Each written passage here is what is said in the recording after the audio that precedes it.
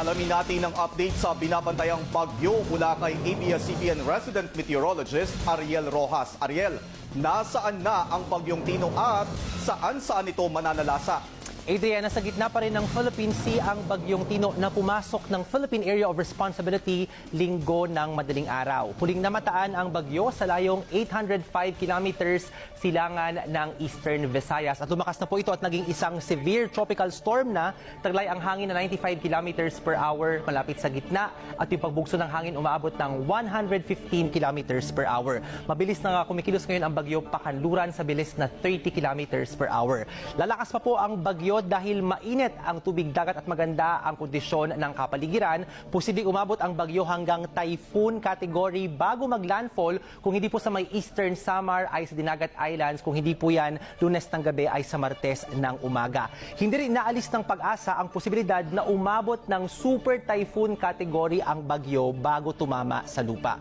Buong Martes naman babaybayin ng bagyong Tino ang Visayas at dyan din po sa ilagang bahagi ng Palawan na sa West Philippine Sea na ang bagyo Miyerkules ng umaga at pwede makalabas na ito ng Philippine Area of Responsibility sa Huwebes. Magbabago pa yung forecast sa pagkilos at magiging lakas ng bagyo kaya manatili po nakaantabay sa updates sa bagyong Tino.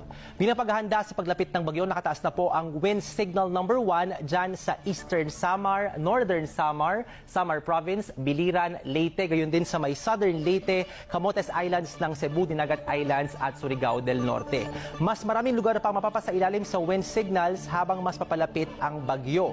Signal number 4 o pag umabot ng super typhoon, signal number 5 po ang pwedeng pinakamataas na wind warning. Yung ganyan lakas ng hangin po, kayang magpatumba ng mga puno, ng mga poste, makatuklap ng mga bubong at makasira ng mga bahay. Lagpas 3 metro din po ang storm surge na pwedeng malikha ng bagyong Tino, lalo dyan sa may Samar, Leyte at dyan sa may Siargao. Mataas din po ang alon sa northern at eastern seaboards ng Luzon dahil palalakasin ng bagyo ang amihan.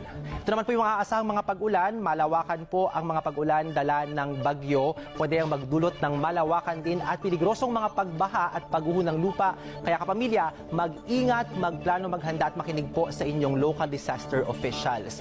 Sa Visayas, Lunes po ng umaga magpapaulan na ang trough ng bagyo dyan sa Samar Island. Hanggang matinding ulan na ang ibubuhos ng bagyo sa Eastern Visayas mula po yan Lunes ng hapon at may mga pag-ulan na rin po sa may Bohol at Northern Cebu pagsapit ng gabi. Hanggang Martes ng madaling araw, mabababad sa grabing ulan ang Cebu, dito po sa may Southern Leyte, Bohol, Negros at maging dito po sa may Iloilo. At hanggang umaga ng Martes o umaga hanggang tanghali, nasa may Bohol, Cebu at Negros naman yung walang humpay na mga pag-ulan at pagsapit ng hapon, meron pang matinding ulan dito sa Negros Island at sa ilang bahagi ng Guimaras at ng Panay. Martes ng gabi, may aasan mga pag-ulan pa dito sa may Cebu Province at ilang lugar dyan sa Panay Island. Sa Mindanao naman, Lunes pa ng gabi magiging maulan dyan sa Northern Mindanao, lalo po sa Misamis Oriental at lalo na sa bahagi ng Northern Caraga, dyan po sa may Dinagat Islands, Siargao at Surigao del Norte. Matindi po ang ulan dyan sa Northern Caraga hanggang madaling araw ng Martes at magiging maulan na rin po dyan sa may Zamboanga Peninsula hanggang Martes ng tanghali. Hapon hanggang gabi ng Martes, meron din kalat-kalat na ulan sa may Soc-Sargen, ilang bahagi ng mainland Barm at dito po sa Bukidnon.